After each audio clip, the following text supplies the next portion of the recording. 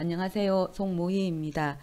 이번 15차 시에서는 계산을 위한 연산자에 대해서 학습하겠습니다. 학습 내용으로는 1. 산술 연산자, 2. 복합 대입 연산자 순으로 진행하겠습니다. 학습의 목표는 다음과 같습니다.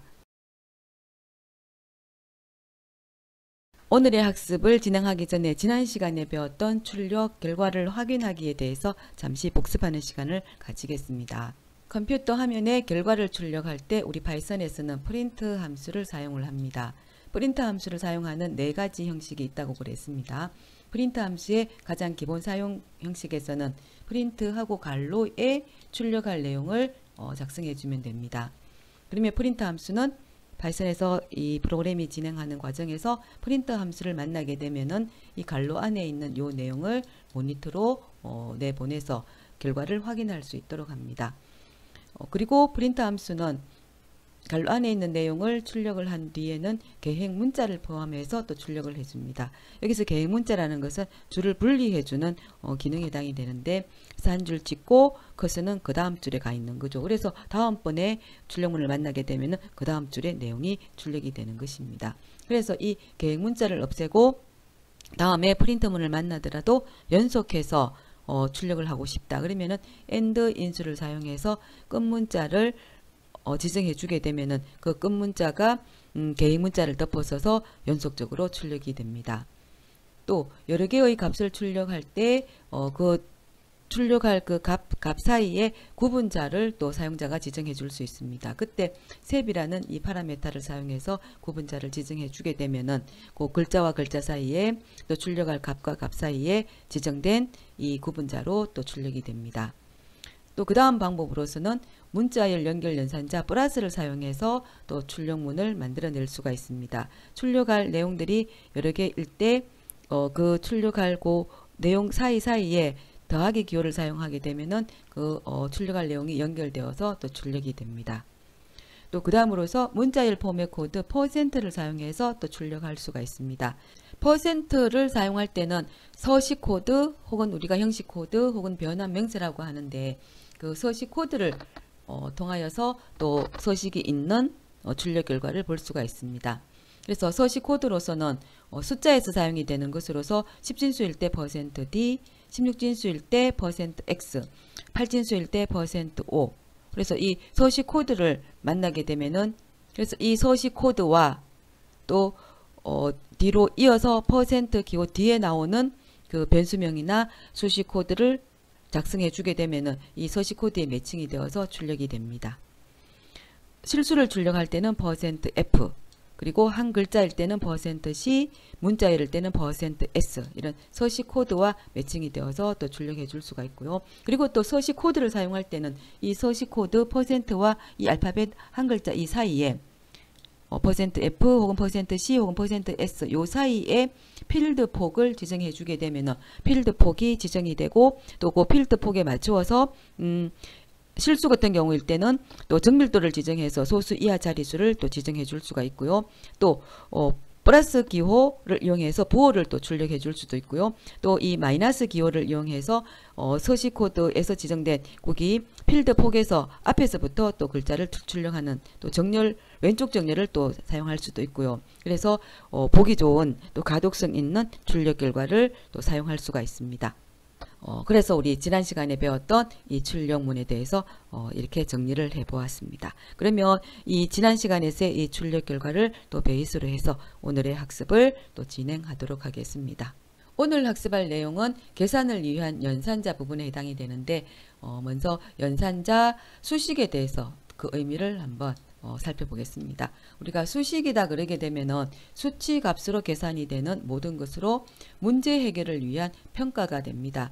우리가 수식을 작성한다라는 것은 내가 원하는 결과를 얻기 위한 그 과정에 해당이 되는 거거든요. 그래서 그 원하는 그 과정, 그것이 바로 문제 해결을 위한 어떤 방법이 되는 것이고, 그 수식을 통해서 결과값이 나오게 됩니다. 그죠? 최종적으로 한 개 결과값이 나오게 되는 거죠. 이것이 이제 그 평가의 어떤 결과가 되는 또 그런 역할을 또 담당하게 됩니다. 그래서 우리가 수식이다 그러게 되면은 문제 해결을 위한 평가다라고 우리 프로그램에서는 말하게 됩니다. 그리고 또 이 수식은 연산자와 피연산자로 구성이 되며 연산자라는 것은 연산의 기능을 수행하는 그 기호가 되고요. 우리 더하기 빼기 곱하기 나누기 이런 기호들 거죠. 이 기호에 의해 가지고 연산의 어떤 역할들이 나누어지게 되는 거죠. 그리고 피연산자다 그러게 되면은 연산의 대상으로 우리 프로그램에서 변수라든가 아니면은 또 지정된 고정된 값이라든가 아니면은 또 수식 자체가 또 연산이 되기도 합니다. 그럴 때 이제 이 피연산자와 연산자의 조합으로서 수식이 결정이 되는 거죠. 그죠? 그래서 아래쪽에 보면은 만약에 예를 들어서 5 곱하기 10 그죠? 그렇게 이렇게 하나의 수식이 나옵니다. 바로 이제 어떤 평가의 어떤 의미도 되는 부분이고요. 그래서 이것에 대한 계산 결과 5 곱하기 10 해주게 되면은 50이라는 결과가 나오게 됩니다. 이때 이제 이것이 어떤 평가의 어떤 형태가 되는 그죠? 어떤 평가의 결과가 되는 그런 부분이 되겠습니다. 그리고 또 수식의 또 종류로서 보게 되면은 그죠? 이렇게 피연산자로서 상수의 값이 사용이 되어진 거, 그리고 또 변수가 사용이 된 거, 또 수식 그 자체가 또 수식이 된 거, 또 이렇게 다양하게 우리가 수식을 표현할 수가 있습니다. 자, 이럴 때 이제 이 수식을 작성하기 위한 그 연산자들이 있습니다. 그죠? 그 연산자들의 종류에 대해서 살펴보도록 하겠습니다. 우리 파이썬에서는 다양한 연산자들의 종류가 있는데 이번 차시에서는 계산을 위한 연산자로서 이 산술 연산자, 복합 대입 연산자에 대해서 살펴보겠습니다. 관계 연산자, 논리 연산자, 그리고 그 위의 연산자에서는 다음 차시에서 우리가 학습하도록 하겠습니다. 산술 연산자의 종류는 다음과 같습니다. 가장 기본 연산자로서 우리 사칙 연산, 더하기, 빼기, 곱하기, 나누기. 이때 우리 연산 기호 곱하기는 이 별표 표시, 요게 곱하기 기호가 되고요. 그 다음에 슬래시 표식이 나누기의 기호가 됩니다. 사용하는 형식에서는 항상 우리 프로그램에서는 수식이 뒤에 나오고 그리고 이 등호 우리 쪽에서는 요거를 대입 연산자라고 이제 해주게 되는데 그러면 수식이 계산했는 그 결과를 앞쪽에 있는 이 변수명 자리에다가 대입을 합니다.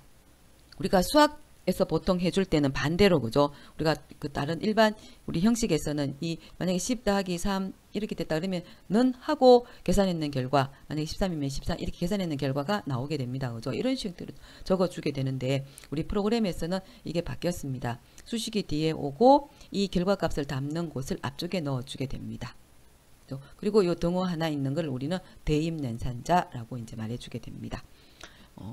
사용예 다른 거 마찬가지죠. 그죠? 빼기 할 때, 곱하기 할 때, 나누기 할 때 가장 기본적인 산술 연산자가 되겠습니다. 그러면서 이제 이 나누기 쪽을 우리가 조금 더 살펴보게 되면은 그죠? 슬래시 하나일 때는 우리 나누기를 하게 되면 소수점 이하 자리가 나오잖아요. 그죠? 그래서 소수점 이하 자리 이것을 다 계산하고 그 결과를 넘겨줍니다. 그래서 이때 이 결과를 출력해 주게 되면은 소수점 이하까지 이제 나오게 되는 거죠. 그죠? 그런데 이제 이 나누기에서는 우리가 그 결과값에서 또 목만 취한다거나 또 나머지만 취한다거나 또 이런 경우도 필요합니다. 그죠? 그럴 때 사용이 되는 기호 또 우리 파이썬에서는 또 이렇게 제공이 됩니다. 슬래시 2개가 들어가게 되면은 이 몫을 구하게 되고요. 퍼센트를 해주게 되면은 나머지를 계산을 해주게 됩니다. 그리고 제곱성을 구해주는 이 곱하기 2개가 들어가게 되면은 지수성을 또 계산해주는 이제 또 그런 기호가 되고요. 1개가 있을 때는 곱하기 기호가 되는 거죠. 그죠? 그리고 여기 또 다시 나왔습니다. 그죠? 등호 하나가 바로 대입 연산자. 오른쪽에 있는 값을 앞쪽에 대입하라. 왼쪽에 대입하라. 그런 역할이 되겠습니다.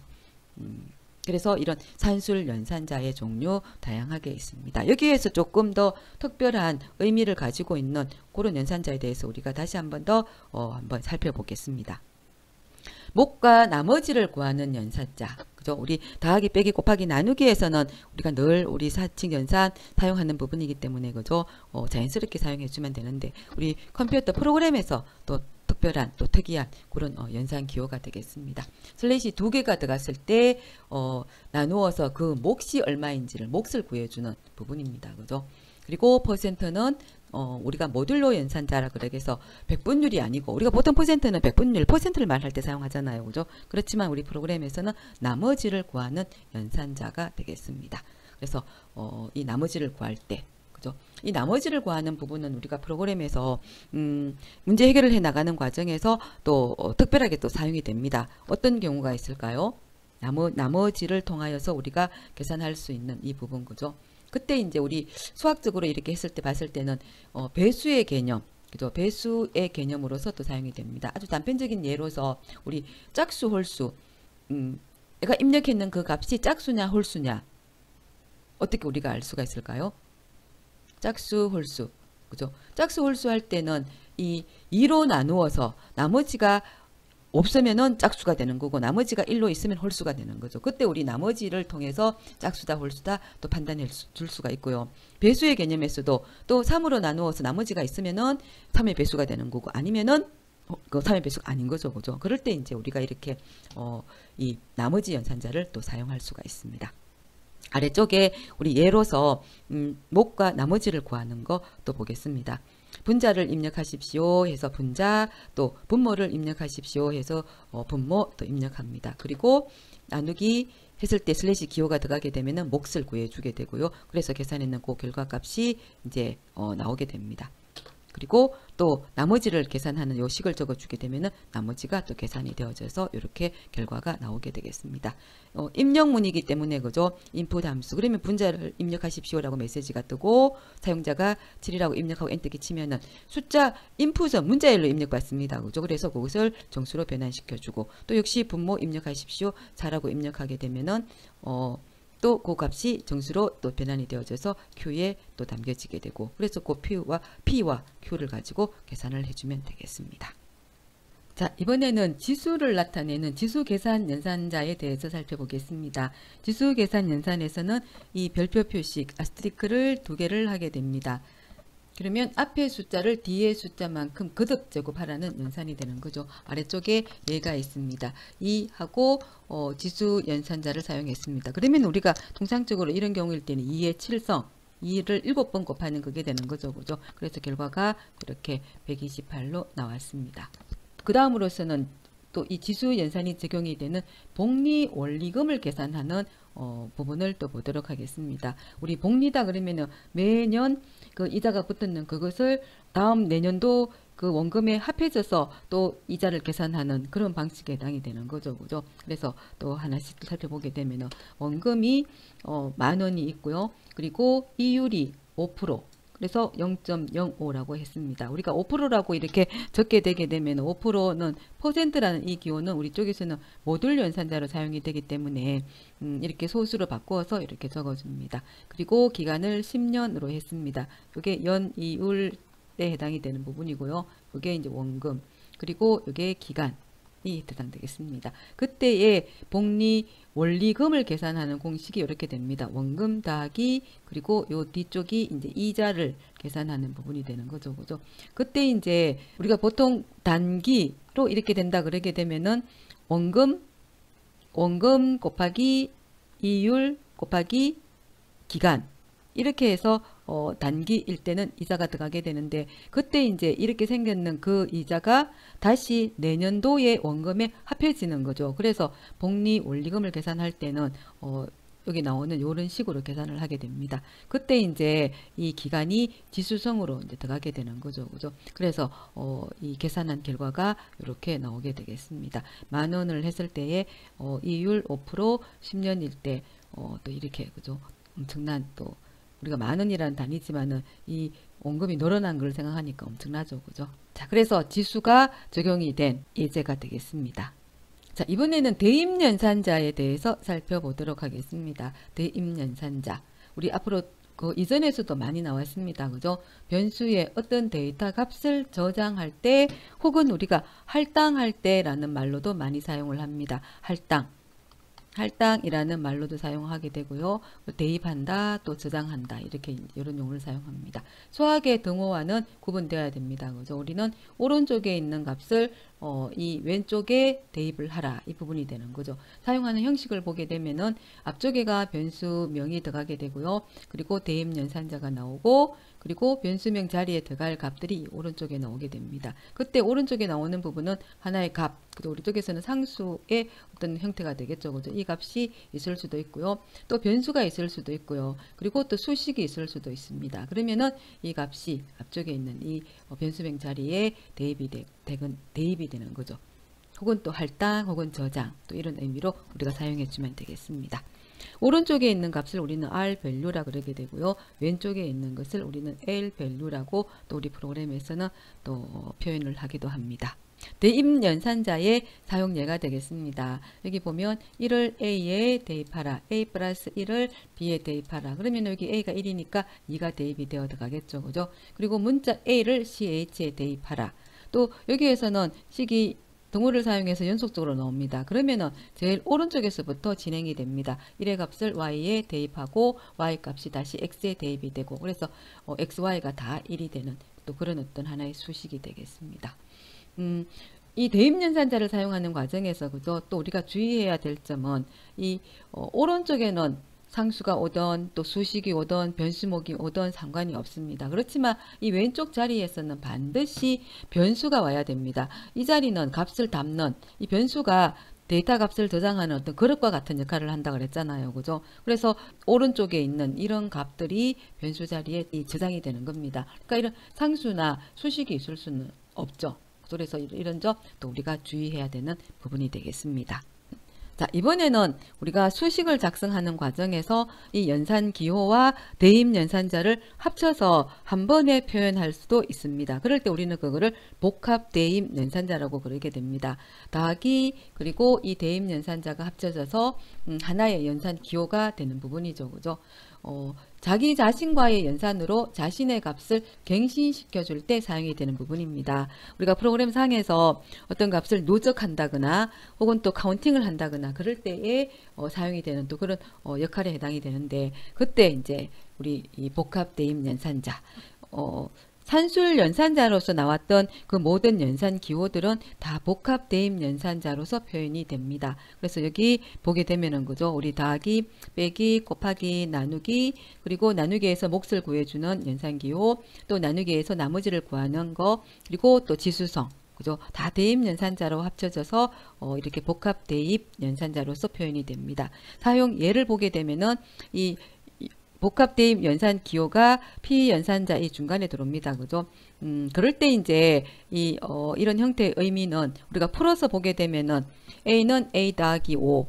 그러면 오른쪽 A 더하기 5 했는 값이 다시 자기 자신한테로 대입이 되는 거잖아요. 그죠? 이럴 때 이제 우리는 이것을 또 축약해서 이렇게 이 더하기와 등호를 같이 묶어서 이렇게 표현해 줄 수가 있습니다. 이럴 때 우리는 이것을 복합 대입 연산자라고 그러게 됩니다. 자, 그리고 문자 혹은 문자열에서 우리가 산술 연산을 할 수가 있습니다. 이 파이썬에서는 문자열에서도 연산이 가능하다고 하였습니다. 그죠? 우리가 앞서서도 또 사용이 되어졌던 적도 있는데, 그죠? 또 다시 한번 또 정리를 해봅시다. 이 문자에서는, 그죠? 곱하기에 어떤 이게 나오게 되면은 우리 등호 이거 문자에 해당이 되는 거죠. 그죠? 그러면은 이 등호를 20번 반복하라는 반복의 의미가 있고요. 더하기는 앞뒤에 있는 이 두 문자를 연결시켜주는 그런 역할을 해주게 됩니다. 그래서 여기 이 문자 곱하기 20을 해주게 되면은 이 등호가 20번이 반복되어져서 이렇게 나오게 됩니다. 그리고 또 홍, 길, 요 두 가지를 더하게 되면 합쳐져서 이렇게 연속적으로 나오게 됩니다. 합치기 해주는 거, 붙여주는 것이기 때문에 글자 사이에 공백은 없는 거죠. 그러면서 이 문자열에서는 문자열 S만 가능하게 되고요. 문자와 숫자를 혼용하여서는 수식을 작성할 수가 없습니다. 이 수식이라는 것은 그 연산의 어떤 결과로서 새로운 값들이 이제 이렇게 생성이 되는데 여기에서는 새로운 값들이 생성이 된다기보다는 기존에 있는 이렇게 이 값을 반복한다거나 또 연결시켜 준다거나 이런 의미가 되는 거죠. 그죠? 어떤 평가의 대상이 되는 것은 아니잖아요. 그죠? 그래서 문자열에서만 가능하고요. 숫자와는 혼용할 수가 없습니다. 그리고 문자 사용 시 반드시 따옴표가 들어가야 되고 또 여기에서는 더하기와 곱하기만 가능합니다. 연결시켜 주는 거, 반복하는 거, 그 용도로만 사용하게 되는 거죠. 자, 그래서 여기까지 우리 계산을 위한 연산자에 대해서 살펴보았습니다. 그러면 지금까지 학습한 이 내용을 가지고서 이제는 프로그램 코딩으로 한번 적용시켜 보도록 하겠습니다. 단순 계산기를 만드는 프로그램이 되겠습니다. 우리 앞에서 산술 연산자 배웠습니다. 그죠? 그래서 두 개의 값을 입력받아서 그 산술 연산에 맞추어서 산술 연산을 하는 그런 이제 부분이 되겠습니다. 우리 쉽게 말하면 우리 계산기 칼큘레이터 그 역할을 담당해주는 그런 프로그램이 되겠습니다. 외부로부터 두 개의 값을 입력받아서 단순 계산해서 우리는 산술 연산 더하기 빼기 곱하기 나누기 해서 이렇게 아래쪽에 결과 화면이 있습니다. 넘 1을 입력하세요 라고 입력문을 만나서 이렇게 입력 메시지가 뜨고 또 이렇게 숫자 값을 입력을 해주고요. 그 다음에 또 넘 2 입력하고 또 값 입력하고 엔터 키치면은 각각의 값들이 넘 1에 9는 넘 2에 들어가게 되겠죠. 그죠? 그러면 이제 이렇게 산술 연산을 해서 결과를 출력시켜 주는 겁니다. 더하기 빼기 곱하기 나누기 그리고 몫을 구해주는 거 나머지를 구해주는 거 그죠? 요 입력받았는 그 값을 가지고 이제 계산을 이루어내게 되겠죠. 그러면서 출력의 형태에서는 이 num1, num2라는 요 문자 그 자체를 또 그대로 출력시켜 주고요. 그러니까 이 연산식까지 표현해 주는 거는 그대로 하나의 어떤 문자열로서 이렇게 표현이 되는 부분이고 요 뒤쪽에서는 계산했는 결과 값이 나오는 그래서 이 뒤쪽에서는 이제 수식으로 표현을 해줘야 되겠죠. 그죠? 자, 코드를 한번 보도록 하겠습니다. 제일 먼저는 두 개의 값을 입력받아서 그 다음에 연산이 이루어지는 것이니까 1단계에서는 두 개의 데이터 값을 입력받는 이 단계가 진행이 되는 거고요. 그 다음 단계에서는 이제 그 두 개의 값을 가지고 계산을 하는 과정들이 또 한 단계 한 단계 진행이 되겠죠.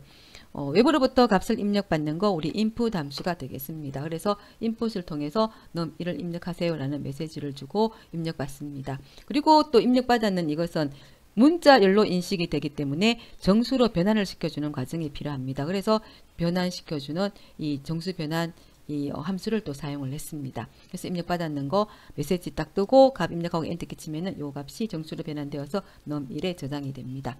그 다음에 num2 입력하세요 메시지가 뜨고 또 9 입력하고 엔터 키치면은 정수로 변환이 되어져서 num2에 저장이 됩니다. 자, 그리고 나면 이제 num1, num2 요 가지고서 이제 계산을 합니다.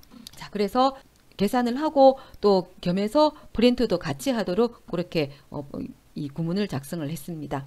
요 식을 그대로 출력시켜 주기 위해 가지고 우리 다운표로서 이렇게 문자열로 이렇게 표현을 했고요. 그 다음에 이제 그 결과값은 수식으로서 받아야 되기 때문에 여기에서는 이 서식 코드 변환 명세를 사용해서 이렇게 표현했습니다. 그리고 %D에 수식을 작성했습니다. 프린트 구문에서는 이렇게 수식도 작성할 수 있다고 그랬습니다. 그죠? 그래서 수식을 적어주게 되면은 그 계산했는 결과값이 이 %D 자리에 매칭이 되어져서 이렇게 출력이 나오게 됩니다. 나머지 빼기 곱하기 나누기 몫을 구해주는 거 그리고 나머지를 구해주는 거 다 어떤 이 식의 형태는 그죠? 프린트문을 작성하는 이런 형태는 이제 거의 동일하게 나가게 되는 거죠. 연산 기호만 다르게 표현해 주면 되겠습니다. 그래서 이렇게 연산의 결과가 나왔습니다. 아주 간단한 예제이지만 우리가 또 이 문제를 가지고서 또 확장해서 계산기로서 또 우리가 적절하게 또 할 수 있는 또 그런 프로그램이 되겠습니다. 산술 연산이 적용되어졌지만은 우리 계산기 부분에서 그죠 또 문제 해결을 해 나가는 또 그런 부분이 되는 거죠. 그래서 이 수식이라는 것은 그냥 수식을 계산해서 결과값이 나왔다 그걸로서 끝나는 것이 아니라 또 이런 수식들이 문제 해결을 해 나가고 또 내가 원하는 결과를 만들어내는 데에 하나의 어떤 중심 역할이 되는 또 그런 부분이 되겠습니다. 자, 이번에는 거스름돈을 계산하는 부분이 되겠습니다. 우리가 물건을 계산하는 그런 카운트나 거스름돈, 그죠? 주문이 일어나는 그런 상황에서 적용시켜 줄 수 있는 예제가 되겠습니다. 고객으로부터 받은 금액과 또 그 물건을 구매한 총 금액을 통해서 거스름돈을 계산을 하고 또 그 거스름돈에서 맞추어서 우리가 또 이 화폐 단위를 이제 측정해 가지고 화폐 단위를 나누어 줍니다. 그죠? 그때 그 거스름돈에 맞는 최적의 화폐 단위의 개수가 이 고객한테 돌려질 수 있도록 이제 그것을 계산해 주는 부분에 해당이 되겠습니다. 여기 오른쪽에 진행되는 결과가 있습니다. 받은 금액이라는 메시지가 뜨고 받은 금액을 입력을 합니다. 또 주문 금액을 라는 요 메시지가 뜨면은 또 주문 금액을 또 이렇게 입력을 합니다. 그리고 나면 이제 입력받았는 요 두 개의 값을 가지고 거스름돈을 계산을 하고 또 요 거스름돈을 통해서 화폐 단위, 우리나라 화폐 단위로 봤을 때는 만원권, 5천원권, 또 1,000원권, 500원권, 또 100원권이라고 이제 생각을 이렇게 뒀습니다. 그죠? 10원도 있고 그런데 우리는 100원까지 이렇게 표현을 하는 것으로 했습니다. 그때 이제 이 15,400원에서 우리 화폐 단위에 맞추어서 그러니까 15,400원이다 그러면은 이 우리 만원권 하나, 5천원권 하나, 또 100원권 4개 이렇게 나오게 되겠죠. 그죠? 이때 우리는 이 눈으로 봤을 때에 그게 되는 거지만은 이것을 프로그램으로 표현해 줄 때는 받은 금액, 주문 금액은 얼마든지 달라질 수 있는 거고 또 그게 맞추어서 거스름돈에 맞는 화폐 단위를 주는 것은 우리가 항상 프로그램으로 딱 떼어져 있으면은 그것을 보고 딱 나눠주면 되는 거잖아요. 그죠? 그럴 때 이제 이런 부분들을 어떻게 프로그램화해서 이 현상에서 또 적절하게 표현할 수 있을까? 그 부분이 되겠습니다. 우리가 앞서서 배웠던 그 연산자들을 또 여기에 적용시켜 주면 됩니다. 어떤 연산자를 적용시켜 주면 될까? 우리 속에 떠오르나요? 우리가 15,400원이다 그러게 됐을 때 그죠? 그러면 여기 만원권 한 장이라는 거 그죠? 그러면 이 만원권 한 장이라는 것을 어떻게 구할 수가 있을까요? 한번 머릿속으로 생각하면서 우리가 진행되어 나가는 과정대로 코드를 한번 보도록 하겠습니다. 자, 먼저 일단 제 1단계에서는 거스름돈을 위한 입력 데이터 받은 금액과 주문 금액 그죠? 이것을 우리가 입력을 받아야 됩니다. 그죠? 그래서 input 함수를 사용해서 받은 금액 이렇게 괄호 안에 메시지를 주었고요. 그리고 나서 입력 딱 해주게 되면은 정수로 변환을 해야 됩니다. 그죠? 그래서 정수로 변환해주는 함수 이렇게 다시 얹었고요. 그리고 요 값을 tmoney라고 변수명 준 곳에 저장을 했습니다. 자, 그 다음에 두 번째는 이제 이 주문 금액, 그죠? 총 주문 금액을 또 입력받습니다. 그래서 역시 메시지 뜨고 인풋을 만났어, 그죠? 이렇게 메시지 뜨면은 값을 입력했는 값이 인트로 변환이 되고 오머니, 오더머니의 약자로서 오머니로 줬습니다. 그래서 이렇게 오머니에 저장되어졌습니다. 자, 그리고 나면 이제 그 다음 단계 거스름돈을 계산을 해야 됩니다. 거스름돈은 우리 그대로 tmoney 빼기 omoney 해주면 되겠죠, 그죠? 그래서 이 계산했는 결과값을 change라는 변수에 뒀습니다. 자, 그리고 나면 이 change 요 값을 가지고서 우리가 각 단위별로 이제 한 단계 한 단계 계산해 가야 됩니다. 자, 먼저 만원권. 그죠? 만원권 계산하기 위해서는 우리가 만원으로 나누어서 몫을 찾으면 되는 거죠. 그래서 우리 나누기 기호 2개, 그죠? 몫을 구하는 부분입니다. 그러면 이제 여기 몫이 저장이 됩니다. 그 몫이 저장이 되는 값을 우리는 만원이라는 이런 변수로 줬습니다. 우리 변수명 줄 때 항상 기억하기 좋고 의미 있는 걸로 치면 좋다 그랬죠, 그죠? 만원권이어서 이렇게 줬습니다. 자, 이번에는 이제 만원을 빼고 나면은 그 나머지 5,400 이거 가지고서 또 그 다음 화폐 단위를 계산해야 되겠죠. 그래서 그 나머지 요 값을 또 우리가 받아야 됩니다. 그죠? 그래서 이번에는 체인지에서 나머지를 구하는 만원을 가지고서 나눈 나머지 값을 우리가 money라고 줬습니다. 나머지를 가지고서 이제 그 다음 단위를 계산해야 되는 거잖아요. 그죠? 그래서 이제 우리는 이 money를 가지고서 그 다음 화폐 단위 갑니다. 자, 그 다음 화폐 단위에서는 이제 이 5,000원권을 나누어서 몫을 취합니다. 그래서 5,000이라고 줬고요. 그리고는 이제 여기에서는 계속 이제 우리는 그 다음에서는 나머지 값 가지고 계속 가야 되는 거죠. 그죠? 그래서 5,000으로 나누고 그 나머지를 이제 이 money에다가 담았습니다. 그러면 우리는 이 나머지 값, 이 값을 가지고 그 다음 1,000원권을 가면 되는 거잖아요. 그죠? 그래서 여기는 복합 대입 연산자가 적용이 됩니다. 그죠? 위에서 체인지는 우리가 거스름돈을 계산을 해줘야 되니까 이 체인지는 변경이 되면 안 되잖아요. 그죠? 그래서 이제 체인지는 그대로 뒀고요. 그 다음 단계에서의 나머지를 구해주는 것은 money로 우리가 또 변수명을 이렇게 새로 뒀습니다. 그래서 이제 5,000원권 계산했으니까 1,000원권을 계산하기 위한 이제 나머지를 5,000으로 나누어서 구했습니다. 자, 그 다음에 이제 여기 칸이 아래쪽에 없어서 옆으로 갔습니다. 자, 이제는 1,000원권을 이제 계산하는 부분입니다. 그래서 몫을 구해주는 거 넘 1,000원이라고 변수명을 뒀고요. 그 다음에 이제 또 이 money를 가지고 또 1,000원으로 나누어서 나머지를 구해줍니다. 그래서 요 값을 가지고 500원권을 구하러 갑니다. 식은 동일하죠, 그죠? 다시 또 이제 여기서 money를 가지고 이번에는 100원권을 가지고 갑니다. 그래서 각 화폐 단위에 맞게 개수를 구했습니다. 자, 그리고 나면 이제 그 다음 단계 이제 뭐 해야 될까요? 다 변수들마다 다 값들을 가지고 있으니까 그것을 이제 이 결과 화면을 보고 이렇게 출력을 시켜줘야 되겠죠. 그죠? 그래서 그 다음 단계 출력이 되겠습니다. 먼저 거스름돈이 나옵니다. 우리 앞쪽에서 주문 금액 여기까지는 이제 입력문으로서 끝났고요. 그죠? 그 다음에 이제 거스름돈 해서 체인지. 그죠? 체인지 거스름돈 출력시켜주고 나머지는 이제 화폐 단위에 맞춰서 이렇게 출력시켜주는 거 해주면 되겠습니다.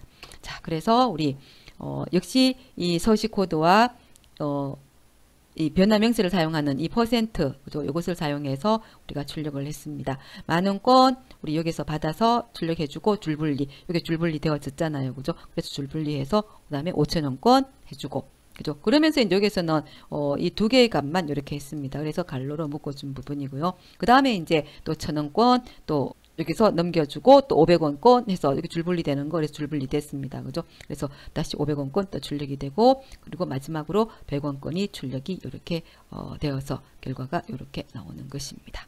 연산의 그 연산식, 연산기호를 사용해서 연산식들이 그냥 단순한 그냥 계산만 하는 것이 아니라, 그죠? 이렇게 문제 해결을 해 나가는, 문제 해결을 해주는 그런 핵심, 중심 부분이 되는 거죠. 그래서 우리가 이 프로그램을 작성하는 과정에서의 수식이라는 것은 굉장히 중요한, 그죠? 그런 역할을 해주게 됩니다. 그리고 또 내가 이런 과정을 해결하기 위해서는 수식으로 표현해야 된다는 거죠. 그럴 때 이제 우리가 지금 배웠던 그런 수식들을 이제 활용하고 응용해서 또 수식으로 이렇게 표현을 해주게 되면은 원하는 어떤 문제 해결들을, 이 적절한 문제 해결을 또 해나갈 수가 있고 그렇습니다. 자, 이 거스름돈 계산하는 문제 또 찬찬하게 또 잘 살펴보면서, 그죠? 또 잘 이해해 주시기 바랍니다. 자, 이렇게 해서 우리 이번 15차시 계산을 위한 연산자의 학습 내용은 여기까지가 되겠습니다. 자, 그러면 지금까지 배웠던 이 내용들을 잠깐 우리 정리하는 또 시간을 가지도록 하겠습니다. 자, 정리하기. 수식은 피연산자와 연산자로 이루어지며 문제 해결을 위한 평가식이 된다. 우리 문제 해결을 위한 평가식이 된다라는 거 우리 앞서서 거스름돈 계산하기 그 코드를 통해 가지고 이제 이해가 되죠, 그죠? 이 수식이라는 거가 우리 프로그램 안에서는 문제 해결을 위한 평가식이 됩니다. 그리고 또 수식을 작성할 때 우리 가장 기본적인 산술 연산 기호로서 사칙 연산, 덧셈, 뺄셈, 곱셈, 나눗셈, 그때 우리 더하기, 빼기, 곱하기, 나누기 이 기호를 사용하게 되고요. 그리고 이 등호는 오른쪽에 있는 값을 왼쪽에 저장하라는 그런 의미가 됩니다. 우리 그냥 일반적인 어떤 수학에서의 등호가 아니라, 그죠? 우리 쪽에서는 대입 연산자, 오른쪽에 있는 값을 대입하라는 대입 연산자가 되겠습니다. 그죠? 그 다음에 이제 또 우리 산술 연산 또 우리 종류로서 지수 연산하는 이 곱하기 2개, 그죠? 또 요 기호 또 우리가 우리 컴퓨터에서 또 특별하게 나오는 또 연산 기호가 되고요. 그리고 나눗셈에서 몫을 계산해주는 연산 기호 슬래시 2개가 되고요. 또 나눗셈에서 나머지를 계산해주는 연산 기호가 이 퍼센트 기호가 되고요. 그 다음에 이제 또 이 연산 기호와 대입 연산자를 합쳐서 하나의 또 연산 기호처럼 또 표현을 합니다. 우리가 복합 대입 연산자라 그러게 됩니다. 더하기와 이 대입 연산자가 합쳐서 이렇게 표현을 해주게 됩니다. 빼기일 때는 빼기가 되고 곱하기일 때는 곱하기, 우리가 이렇게 또 충분히 모든 산술 연산 기호들을 다 표현해 줄 수가 있습니다. 이럴 때 이제 이 복합 대입 연산자는 바로 자기 자신과의 연산으로서 자기 자신의 값을 갱신시켜 줄 때 또 사용이 되는 또 그런 연산자가 되겠습니다. 값을 카운팅해 나간다거나 또 누적해 나간다거나 그럴 때에 우리가 표현해 주면은 또 간략하게 그 식을 또 표현해 줄 수가 있게 되겠습니다. 자, 이렇게 해서 우리 이번 15차시 계산을 위한 연산자가 모두 마무리가 되어졌습니다. 자, 이어지는 깜짝 퀴즈를 통해서 또 여러분 스스로 문제를 이렇게 풀어보고 또 답을 예측하면서 주어지는 답안과 비교하면서, 그죠? 스스로 또 채점도 해보고 또 정리를 하면 되겠습니다. 자, 지금까지 수고 많았습니다. 깜짝 퀴즈 계속 진행되겠습니다.